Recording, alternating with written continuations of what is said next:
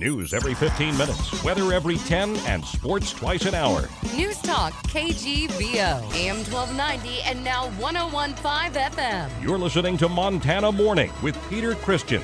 Missoula Police in full compliance with Department of Justice investigation. Good morning, everyone.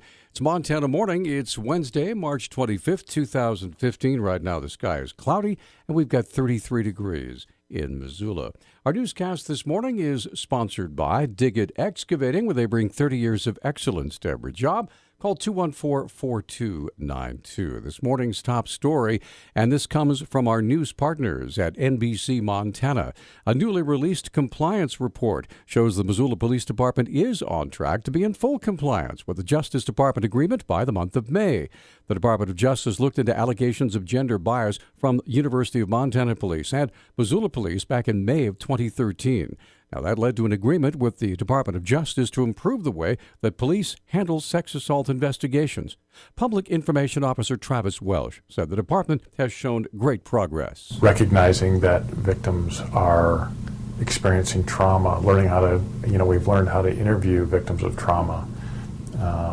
We've learned how to interpret things that they say and their actions as a result of that trauma. The police department added a victim's advocate, Erin Catterton, for the Special Victims Unit. She gets involved when someone reports a sexual assault. Walsh said it felt very good to be so far along with compliance. Our efforts to improve have even surpassed those expectations of the Department of Justice. So it feels pretty good to be in the place we are right now. Welsh said the department will submit the final piece of the report, the Safety and Accountability Audit, by the middle of April. They'll get the final compliance report in May. A 20-year-old University of Montana student is recovering from a hantavirus infection that left him hospitalized for 9 days. Antonio Morset of Rocky Boy said he began suffering intense headaches on March 5th. He said his eyes hurt, he had hot and cold flashes, and was easily fatigued. He went to the hospital on March 10th and was admitted with a temperature of 103 degrees. He spent 3 days in a medically induced coma, 2 more days on a breathing tube. He was finally released March 20th. Officials with the Centers for Disease Control and Prevention were still investigating, but Morset said they told him he was likely contracted the respiratory infection while using power washers at the recycling center on campus. Mice shed the virus in their urine, droppings, and saliva. Authorities say a 22-year-old Billings woman has died of injuries suffered in a weekend shooting. Yellowstone County Undersheriff Kevin Evans says Kayla Jeanette Kinder died on Monday. John Edward Sidlowski was arrested on suspicion of assault with a weapon after leading officers on a car chase from the scene of the shooting on Sunday morning. Yesterday, the EPA proposed adding the Anaconda Aluminum Company's Columbia Falls Reduction Plant, also known as the Columbia Falls Aluminum Company, to the national priorities list. Adding the plant made the company eligible for additional study and cleanup resources under EPA's Superfund program. EPA Site Assessment Manager Rob Parker has more. This will ensure additional investigation and any appropriate cleanup will take place. The National Priorities List is intended to ensure that PA is investigating and cleaning up those sites that warrant further investigation and cleanup. So the next steps would be to complete a remedial investigation, and that's a comprehensive investigation to determine the nature and extent of contamination. The proposed Superfund site, located approximately 2 miles northeast of Columbia Falls, operated as a primary aluminum reduction facility between 1955 and 2009.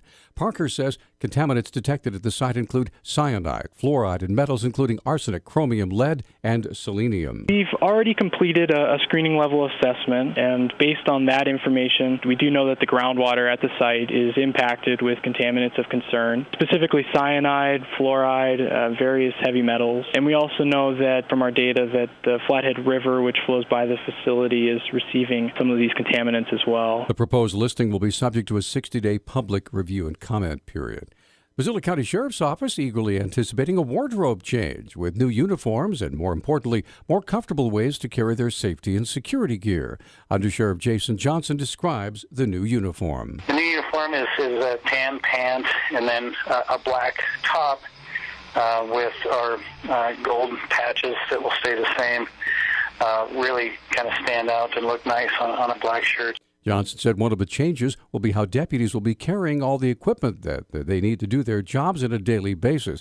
They'll no longer be attached to a belt, but will be held in an external carrier. There's obviously a gun with bullets in it. There's magazines with bullets in them, a radio, 2 sets of handcuffs, tasers, pepper spray in some cases. So there's quite a bit of stuff there. Johnson was unable to provide a photo of the new uniforms as they hadn't yet been officially approved by the Employees Association. He was careful to note, though, that the new uniforms will not be militaristic in appearance. There were at least 8 DUI arrests in Ravalli County this past weekend. DUI Task Force Coordinator Glenda Wiles said there's been a spike in the number of DUI arrests over the past year in Ravalli County. Kind of high and concerning. In 2013, for DUI number 1, which would be the first offense, we had a total of 96. And in 2014, we had 140. So it went from 96 to 140.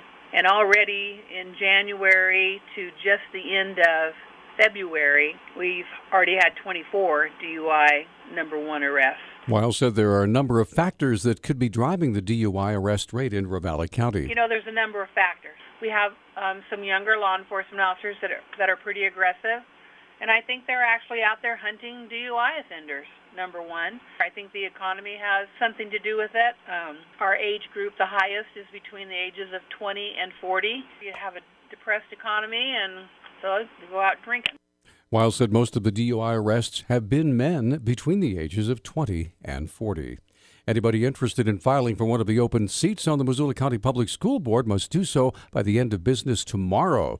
Communications Director Hatton Littman said all the necessary information is on the Missoula County Elections website. 2 incumbents have already filed their intent to run, and we may have 2 more incumbents file their intent. But as with any election, anybody who's interested in providing service to the school district in the role of trustee should certainly file their intent and plan to run for this May's election. Littman was careful to note that the office of trustee is an unpaid position. Unlike city council and some other positions, this is a completely volunteer position, and trustees tend to spend anywhere from, I believe the recent calculation was 12 to 20 hours per month in meetings. Links to the county elections office and the MCPS page are available in the story on our website at newstalkkgvo.com. By the way, the school election will be held on May the 5th. Our News Talk time is 6:10. News Talk, KGVO. Missoula's official weather station.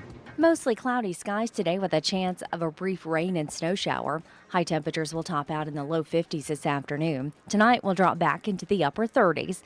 We'll be in the 60s on Thursday with their highs right around 70 by Friday. I'm meteorologist Brooke Foster for KECI 13.